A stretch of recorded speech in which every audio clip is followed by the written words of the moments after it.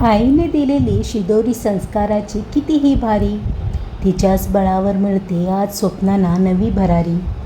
पाळण्यातील अंगाईपासून ते जीवनाच्या संघर्षापर्यंत तिनेच शिकवले स्वाभिमानाने जगणे शेवटच्या श्वासापर्यंत. तिच्याच शिकवणीतून गवसली सत्याची ती वाट, तिनेच चढवला माझ्या आयुष्यातील हा कर्तृत्वाचा घाट.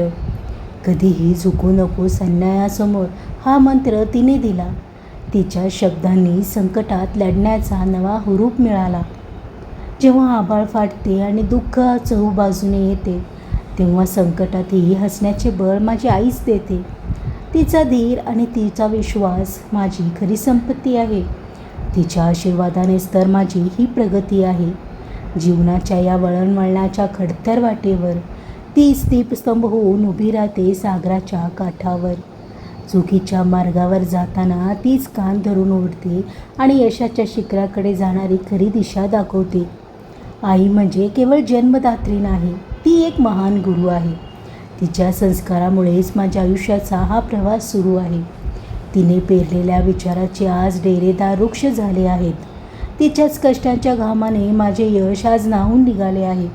मी स्त्री आहे म्हणून कदाचित तिच्या वेदना शब्दाविना समजतात मला. तिच्या डोळ्यात दडलेले अश्रूही आरशासारखे दिसतात मला. ती आयुष्यभर स्वतःला विसरून फक्त घरासाठी जगत राहिली आणि मी तिच्या त्यागातूनच स्वतःची ओळख घडवत राहिले. आई म्हणजे प्रेमाचा अथांग सागर, जिथे प्रत्येक लाट मायेची आणि प्रत्येक श्वास आशीर्वादाचा असतो. तिच्या कुशीत डोकं ठेवलं की तुटलेलं मनही पुन्हा जगायला शिकतं.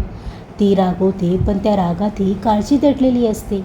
ती शांत राहते पण तिच्या शांततेत हजार प्रार्थना असतात. ती जवळ असली की घराला घरपण येतं आणि ती दूर गेली की भिंतीसुद्धा ओस पडल्यासारखं वाटतात. आई नसती तर कदाचित मीही इतकी मजबूत नसते. तिच्या संस्कारांनीच माझ्या स्वप्नाला उंच भरारी दिली आहे.